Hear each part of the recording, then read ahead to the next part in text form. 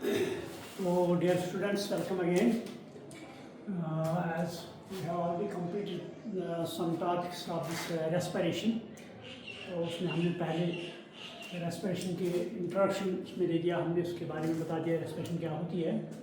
तो उसके बाद मैंने कहा मैकेनिज्म ऑफ रेस्पिरेशन, तो उसमें हमने बता दिया it goes by various steps. Number one is called as glycolysis. Second is called as oxidative decarboxylation. Third step is Krebs cycle. Then the last one is called as electron transport system or electron transport chain. तो इनमें से हमने पहले दो steps glycolysis ये हमने complete किया, तो उसके बाद ये ऑक्सीडेटिव डिकार्बोक्सिलेशन की भी कंप्लीट किया. तो आज का जो टॉपिक वो जो हमने आज डिस्कस करना है दैट इज़ क्रेब्स साइकिल. तो यही आज का मौजूद रहेगा. तो पहले मैं यह बताऊं कि हमने यहाँ पर ग्लूकोज लिया जब हमने ग्लाइकोलिसिस पढ़ी, तो इसमें मैंने बताया ये ग्लूकोज जो है जब ये इसकी ग्लाइकोलिसिस होती है, ये जब स्प्लिट होता है, ब्रेक डाउन होता है, तो एक ग्लूकोज जो है it gives 2 molecules of pyruvic acid. ये पायरुविक एसिड के 2 मॉलिक्यूल्स देता है, या जब हम कहेंगे इट गिव्स पायरुविक एसिड. तो इसके साथ साथ यहाँ पर ये ATP कंज्यूम करता है. 2 ATP molecules get consumed here. It gives ADP 2 molecules. तो यहाँ पर ये ATP देता भी है, ADP plus inorganic phosphate it gives ATP, और उसके साथ साथ यहाँ पर ये NADH भी देता है. ये इसके साथ साथ यहाँ पर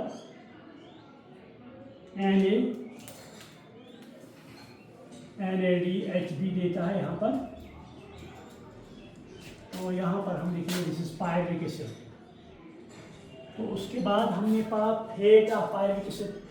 तो उसमें मैंने बता दिया ये तो या एनारोबिक रेस्पिरेशन की पाथ फॉलो करेगा या ये एनारोबिक रेस्पिरेशन के पाथ फॉलो करेगा. अगर ये एनारोबिक रेस्पिरेशन पाथ फॉलो करेगा तो उस वक्त या तो इथाइल अल्कोहलिक फर्मेंटेशन होगी या lactic acid fermentation.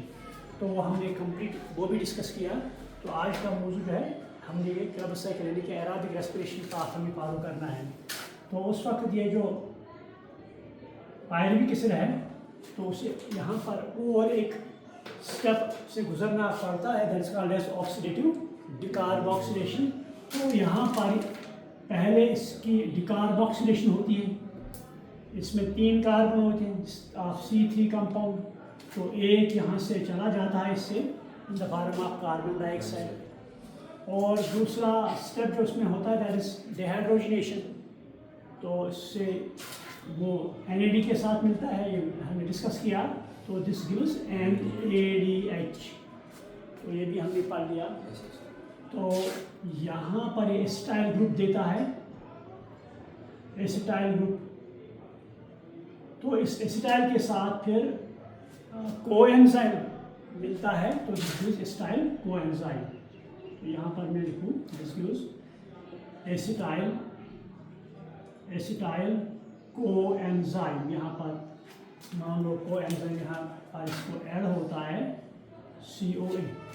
So finally this gives acetyl coenzyme, final product after this oxidative decarboxylation. तो इसके साथ बाद ये नेक्स्ट स्टेप फॉलो करता है that is called as Krebs cycle. हालांकि कल मैंने बता दिया इंट्रोडक्शन में कि क्रेब्स साइकिल जो है it was a scientist called as sir Hans Krebs. तो उसी ने ये डिस्कस किया या एनालिसिस या डिस्कवर किया, तो that is why it's called as Krebs cycle. तो यहाँ पर ये अगर यहाँ पर मैं सेल बनाऊँ, यहाँ पर दिस इज द न्यूक्लियस. यहाँ पर एक ग्लूकोज है, इसको यहाँ ग्लाइकोलाइसिस होगी जिससे जो पायरुविक एसिड. उसके बाद यहाँ पर ऑक्सीडेटिव डिकार्बोक्सिलेशन होगी इसको, तो it will give acetyl group या यहाँ पर कोएंजाइम भी इसके साथ कंबाइन होगा, finally it will give acetyl coenzyme CoA। तो ये acetyl coenzyme now this will enter into mitochondria, यानी pyruvic acid it will enter into mitochondria. ये वहाँ के ऊपर क्या बनाएंगे, एसिटाइल कोएंजाइम। यहाँ पर ये माइटोकॉन्ड्रिया है, बनाएंगे हम, तो ये इसमें दाखिल होगा। तो पहले मैट्रिक्स में जाएगा, उसके बाद ये इनर मेम्ब्रेन में जाएगा।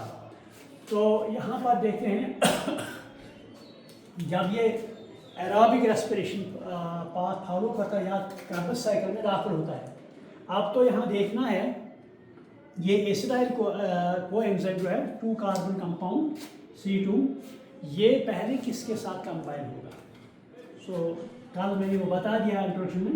तो यहाँ पर एक 4 carbon compound that is called as oxaloacetic acid, यानी 4 carbon during Krebs cycle, a 4 carbon compound called as oxaloacetic acid, ये इसमें 4 कार्बन होते हैं, C4 कार्बन कंपाउंड।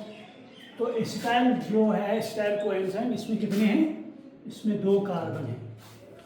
तो ये और ये यहाँ पर मिलेंगे, इसके साथ साथ थोड़ा वाटर भी इसके साथ ऐड होगा। तो ये यहाँ पर जो फर्स्ट प्रोडक्ट देगा, तो ये कितने कार्बन होंगे, इसके 4 हैं, इसके 2 कितने बनेंगे, 6। तो टोटल नंबर ऑफ कार्बन भी 6 को आफ्टर कॉम्बिनेशन ऑफ ऑक्सलोएसिटिक एसिड, ये शॉर्ट में हम लिखते हैं OAA, after the combination of acetyl coenzyme and oxaloacetic acid, it gives a C6 carbon compound, it gives a C6 carbon या 6 carbon compound called as citric acid,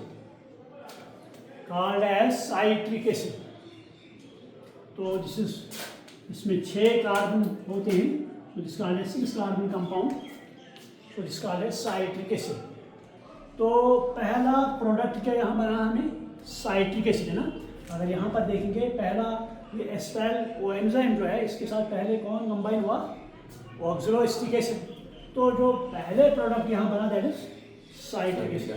तो इसी बुनियाद पर ये क्रेब्स साइकिल जो है, इसे हम साइट्रिक एसिड साइकिल भी कहते हैं। यानी on that behalf the Krebs cycle is also called as citric acid cycle, ठीक है। This is also called as citric acid cycle. किसको, यानी पहला कंपाउंड जो बनाता है that is called as citric acid, so that is also called as citric acid cycle. Clear. तो अब ये साइट्रिक एसिड जब हम देखते हैं, इसमें 6 कार्बन होते हैं, देयर आर 6 कार्बन, मगर इसमें जो फंक्शनल ग्रुप होते हैं, the form of carboxylic acids, they are 3। The number of carboxylic acids here they are 3। यहाँ पर एक होता है, यहाँ पर एक होता है, यहाँ पर, यानी कि इसमें जो functional group in the form of carboxylic acid यानी COOH, ये तो इसमें 3 होते हैं। So this is also called as tricarboxylic acid, यानी citric acid is also called as tricarboxylic acid. Tri means 3, इसमें 3 कार्बोक्सिलिक ग्रुप्स होते हैं, so it's called as tricarboxylic acid. तो इस बुनियाद पर इस क्रेब्स साइकिल को हम TCA भी कहते हैं, try carboxylic acid cycle, try carboxylic acid TCA cycle भी कहते हैं। तो यहाँ पर इसके 3 नाम आ गए, one is called as Krebs cycle, second is called as citric acid, then third one is called as tricarboxylic acid, ठीक है। तो उसके बाद यहाँ पर अगर आपकी NCERT है, उसने शार्ट किया है, कम ही स्टेप्स दिए हैं। अगर आप NCERT आप देखोगे तो वहाँ इसने शार्ट किया है, कुछ ही स्टेप्स दिए हैं, लेकिन मैं थोड़ा इंक्रीज करूँगा यहाँ पर।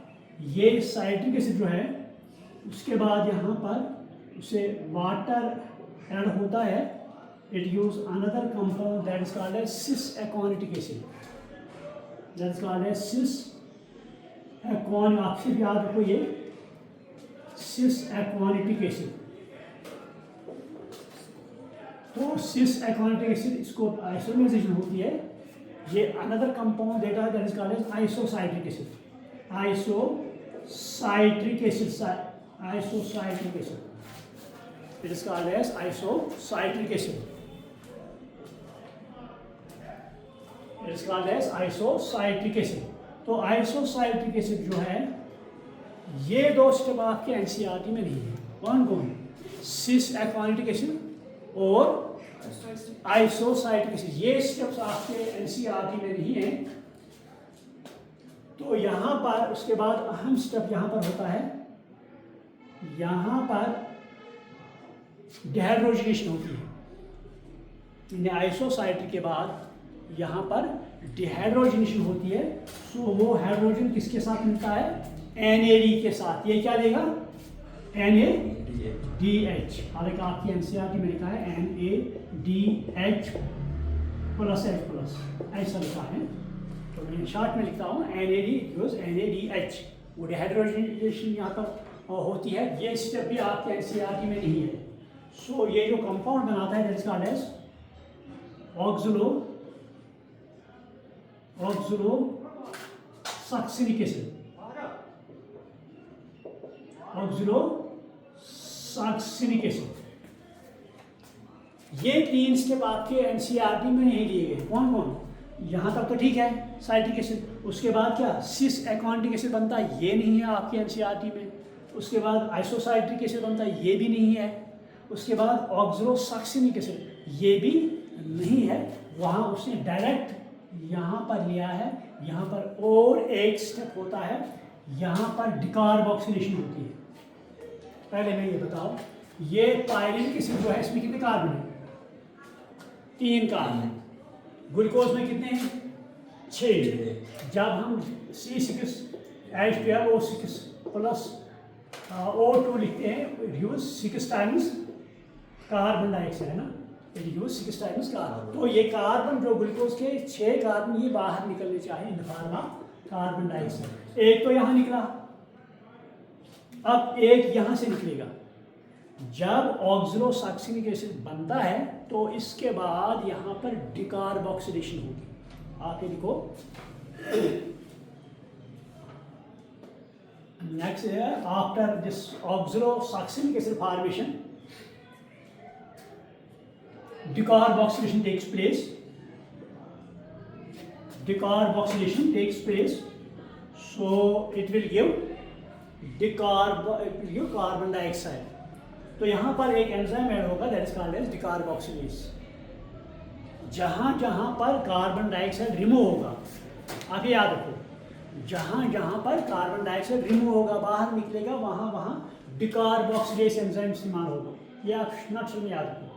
मैं यहाँ लिखूँ या ना लिखूँ, आप यहाँ लिखो यार, डिकार्बोक्सिलेज, यानी जहाँ जहाँ पर डिकार्बोक्सिलेशन होगी, कार्बन डाइऑक्साइड रिमूव होगा, आप ये याद ही रखो, वहाँ पर एंजाइम आएगा डिकार्बोक्सिलेज। जहाँ जहाँ डिहाइड्रोजनेशन होगी, जहाँ जहाँ हाइड्रोजन रिमूव होगा, वहाँ पर डिहाइड्रोजिनेस, ये आप 2 एंजाइम याद रखो। एक तो decarboxylation, decarboxylase, removal of carbon dioxide. एक तो है dehydrogenation, removal of hydrogen, dehydrogenase. Clear?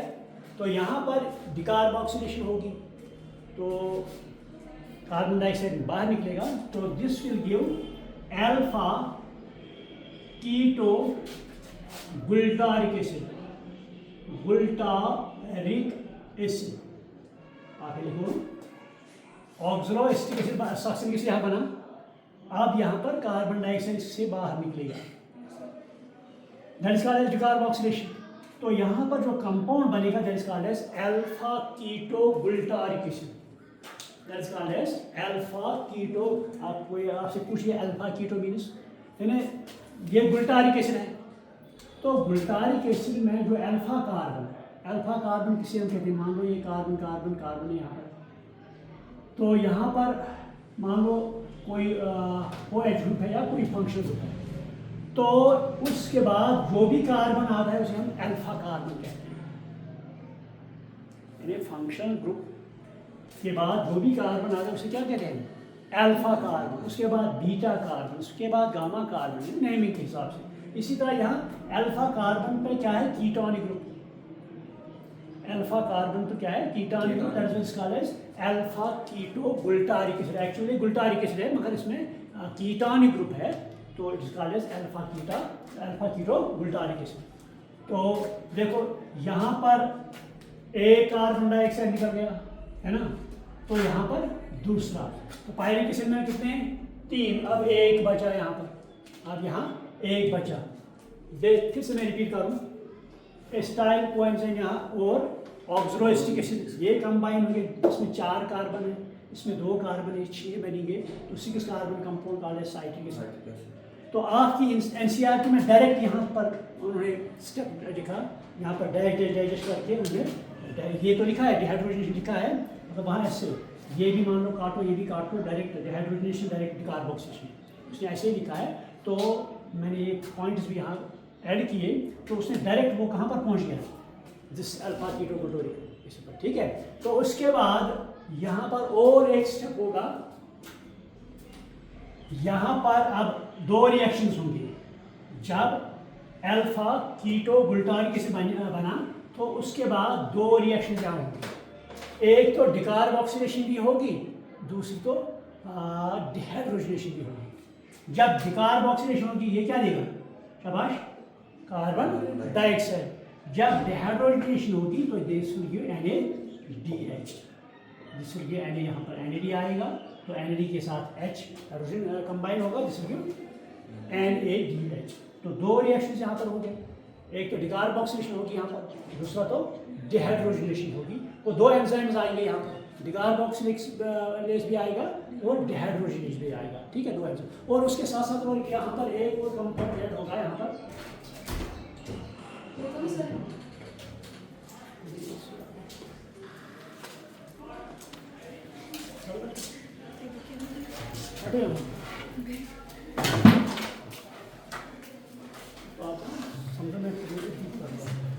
तो यहाँ पर इस स्टेप पर 2 रिएक्शंस होंगे। जब अल्फा कीटो गुल्टारिक एसिड बनेगा तो इसके बाद 2 रिएक्शंस होंगे, इस कंपाउंड को इसको 2 रिएक्शन से गुजरना है। One is called as decarboxylation. जब डिकार्बोक्सिलेशन होगी तो क्या निकलेगा यहाँ पर? Carbon dioxide. Decarboxylation means removal of carbon dioxide. दूसरी रिएक्शन डिहाइड्रोजनेशन। डिहाइड्रोजनेशन मीन्स या इसमें से हाइड्रोजन भी बाहर आएगा। तो डिकार्बोक्सिलेशन मीन्स कार्बन डाइऑक्साइड बाहर निकला, डिहाइड्रोजनेशन वो हाइड्रोजन जो यहाँ से निकलेगा वो NAD के साथ कंबाइन होगा, इट विल गिव NaDH। और यहाँ पर और एक प्रोसेस होगी, यहाँ पर एक तो इसके साथ वाटर ऐड होगा H2O, और दूसरा कोएंजाइम COA। देखो अल्फा कीटो गुल्टारिक एसिड बन गया, अल्फा कीटो गुल्टारिक एसिड तो कंपाउंड बन गया। अब इसको 2 रिएक्शंस यहाँ होंगे, एक तो डिकार्बोक्सिलेशन होगी, इसमें से एक कार्बन डाइऑक्साइड बाहर निकलेगा, दूसरा तो इसमें से हाइड्रोजन भी बाहर निकलेगा। वो हाइड्रोजन किसके साथ मिलेगा? NaDH। वो क्या देगा? NaDH। लेकिन साथ साथ यहाँ वाटर ऐड होगा, साथ साथ यहाँ क्या वाटर ऐड होगा, और कोएंजाइम भी इसमें ऐड होगा, this will give succinyl coenzyme. ये तो जो प्रोडक्ट देगा that is called as succinyl coenzyme. हालांकि एनसीईआरटी पे ये स्टेप नहीं दिया है, ये कहा ना, ये स्टेप भी नहीं दिया एनसीईआरटी पे, ये भी नहीं दिया, डायरेक्ट यहाँ क्या लिखा है? Alpha ketoglutaric acid. तो यहाँ पर क्या बना है हमें? Succinyl coenzyme. फिर से मैं रिपीट करूँ, जब ये एस्टाइल कोएंजाइम कल तक पढ़ा हमने, ग्लाइकोलाइसिस होती है, तो ये एस्टाइल ग्रुप बना, तो ये इसके बाद माइटोकॉन्ड्रिया में जाता है। तो माइटोकॉन्ड्रिया में जब ये पायरिक एसिड जाता है, वहाँ पर ये पहले किसके साथ कंबाइन था? ऑक्सोएस्टिक एसिड। तो ऑक्सोएस्टिक एसिड में कितने कार्बन हैं? 4 कार्बन। एस्टाइल में कितने हैं? 2 कार्बन। 2 और 4 मिलाएंगे कितने बनेंगे? 6। तो जो नया कंपाउंड यहाँ बनेगा उसमें टोटल नंबर ऑफ कार्बन 6। तो उस कंपाउंड हम क्या कहते हैं? Citric acid. तभी तो मैंने कहा इस क्रैबस साइकिल को हम साइट्रिक एसिड साइकिल भी कहते हैं। क्योंकि फर्स्ट, ये कभी कभी नीट में भी आता है question, the first product formed during Krebs cycle is called as, that is citric acid. तो ये भी मैंने बताया, इस साइट्रिक एसिड में 3 कार्बोक्सिलिक एसिड ग्रुप्स होते हैं, so that is also called as tricarboxylic acid. अगर यहाँ देखिए इसमें 6 कार्बन है, यहाँ पर मान लो यहाँ पर इसमें कितने 6 कार्बन, 3 4 5 6, तो 3 कार्बन पर COH ग्रुप है, यहाँ भी एक COH, यहाँ भी, तो this is called as carboxylic acid. ये फंक्शनल ग्रुप है, this is called as carboxylic acid. तो कितने हैं 1 2 3, तो हम कहते हैं TCA, T means tricarboxylic acid, tri, so इसको हम ट्राई TCA साइकिल भी कहते हैं। ये Krebs साइकिल, जो एक तो Krebs साइकिल कहते हैं, दूसरा इसे साइट्रिक एसिड साइकिल कहते हैं, क्योंकि पहला प्रोडक्ट यहाँ जो बना that is called as citric acid. तीसरा तो इसे ट्राई कार्बोक्सिलिक एसिड साइकिल, क्योंकि इसमें 3 कार्बोक्सिलिक ग्रुप्स होते हैं। क्लियर यहाँ तक? तो यहाँ जब बन गया अब सक्सिनाइल कोएंजाइम, सक्सिनाइल को, यहाँ पर एक इंपॉर्टेंट रिएक्शन आता है, सक्सिनाइल कोएंजाइम जो बना, अब यहाँ पर एक इंपॉर्टेंट रिएक्शन बनेगी। यहाँ पर एक GDP को क्या कहते हैं, गाइनोसिन डाइफॉस्फेट, जिस तरह हम लिखते हैं ATP क्या बोल रहा है, एडेनोसिन ट्राइफॉस्फेट, इसी तरह GTP लिखते हैं। आपने न्यूक्लिक एसिड्स आप पढ़ेंगे ज़ूलॉजी में मेरे ख्याल में, ये मैक्रोमॉलिक्यूल्स, वहाँ पे आपको पढ़ना है सब सारा स्ट्रक्चर, ATP क्या होता है, इसका स्ट्रक्चर कैसा होता है, GTP क्या होता है, ये आपने पढ़ना है, इस वक्त आप सिर्फ याद रखो। ATP एनर्जी करेंसी है, it is called as adenosine triphosphate.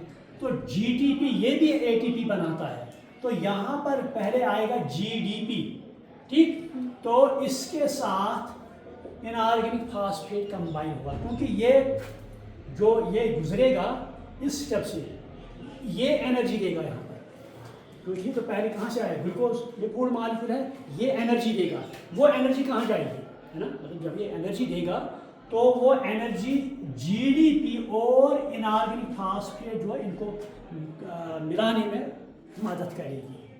आपको समझ में आता है G बॉन्ड P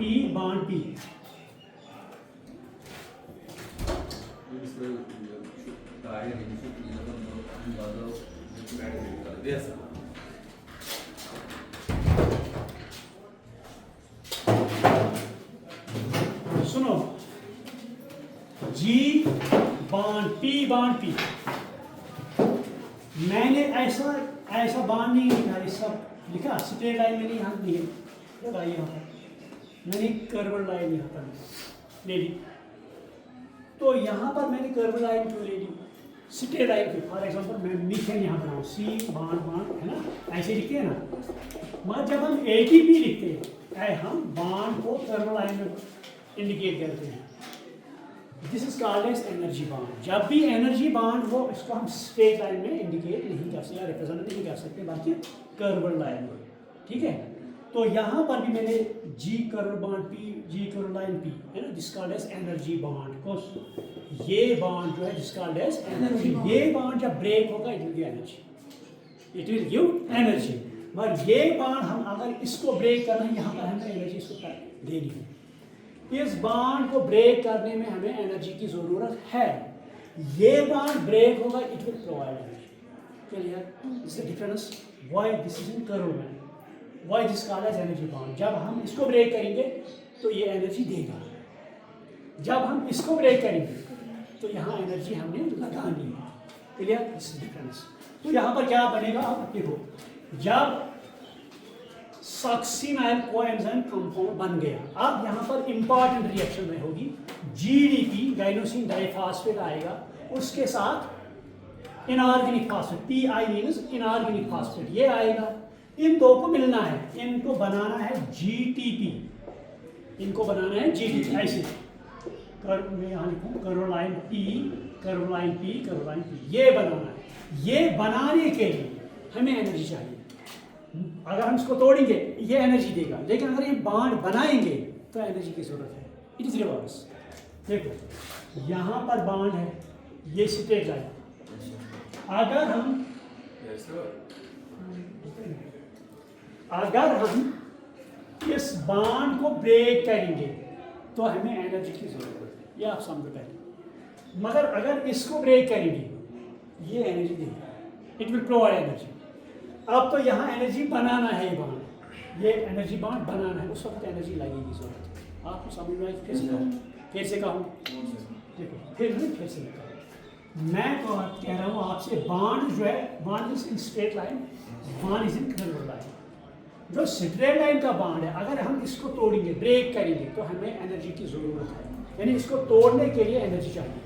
लेकिन अगर इसको तोड़ेंगे, ये एनर्जी देता है, तभी तो ना एटीपी मार्ग, वो that is called as energy bond. जब एटीपी ब्रेक होता है वो एनर्जी प्रोवाइड करता है, मगर ये जब ब्रेक होता है एनर्जी इसको देनी पड़ती है। अब ये बनाना है, तोड़ना नहीं है। बनाने के लिए क्या चाहिए? एनर्जी, है ना? तो यही वो सक्सेस है, यहाँ से एनर्जी निकलेगी, यहाँ से एनर्जी, तो उसको ज़ाया तो नहीं करना है, ज़ाया नहीं करना है। तो वो एनर्जी इस बॉन्ड जब ये बनेगा, ये तो जी बॉन्ड टी है, जी दो फास्फेट ग्रुप है। अब इसके साथ और एक बॉन्ड बनाना है, कंबाइन करना है टी इसके साथ। कंबाइन करने के लिए, बॉन्ड बनाने के लिए एनर्जी चाहिए, ठीक है? तो ये आएगा यहाँ, यहाँ से जो एनर्जी निकलेगी वो यहाँ आएगी, स्टोर रहेगी इसमें। तो this will form G T P, तो इसका एनर्जी कंपाउंड, एनर्जी का क्लियर हुआ कि नहीं हुआ? वो ये बॉन्ड बनाने के लिए एनर्जी चाहिए, तोड़ने के लिए, जब तोड़ते हैं एनर्जी देता है। वो बॉन्ड तोड़ने पर एनर्जी उसको चाहिए। क्लियर हुआ? क्लियर हुआ? तो this will give G T P. यहाँ पर सक्सिनल कोएंजाइम जो है, जब ये इससे गुजरेगा तो यहाँ पर इसकी रिएक्शन होगी, यहाँ पर जब इसे एनर्जी निकलेगी तो एनर्जी यहाँ पर जीडीपी और इनऑर्गेनिक फास्फेट को कंबाइन करेगी, that will give GTP. Clear? So this will give succinic acid. Succinic acid ये नया कंपाउंड जब देता है, that is called as succinic acid. मैं फिर से रिपीट करूँगा।